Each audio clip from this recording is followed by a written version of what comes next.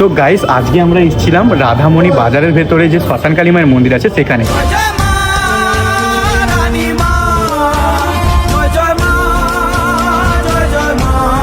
তো মন্দিরটাকে তোমাদের দেখাই।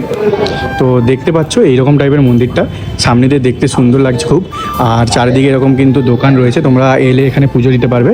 চলো এবার মায়ের রূপটা তোমাদের দেখাই সামনে থেকে। তো গাইস দেখতে পাচ্ছ মায়ের এই রূপটা কত সুন্দর লাগছে, আর পাশে ডাকিনী যোগিনীরা রয়েছে। তো সত্যিই অপরূপ সুন্দর মায়ের মুখ।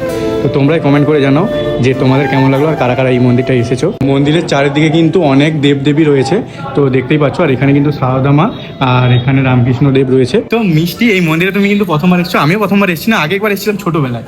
তো কেমন লাগছে? এত সুন্দর প্রতিমা, দারুণ লাগছে সত্যি মায়ের দিকে যতবার তাকিয়ে থাকবে ততক্ষণ তাকিয়ে থাকতে ইচ্ছা হবে। তো আমরা ঘুরে গেলাম, তোমরাও যারা রাধামণি বাজারে আসো শপিং করতে বা যাই করতে, এখানে একবার ঘুরে যেও, খুবই সুন্দর মন্দিরটা, আর মায়ের কাছে আশীর্বাদ নিয়ে যেও। তো দেখা হচ্ছে তোমাদের সাথে অন্য ভিডিওতে। টাটা।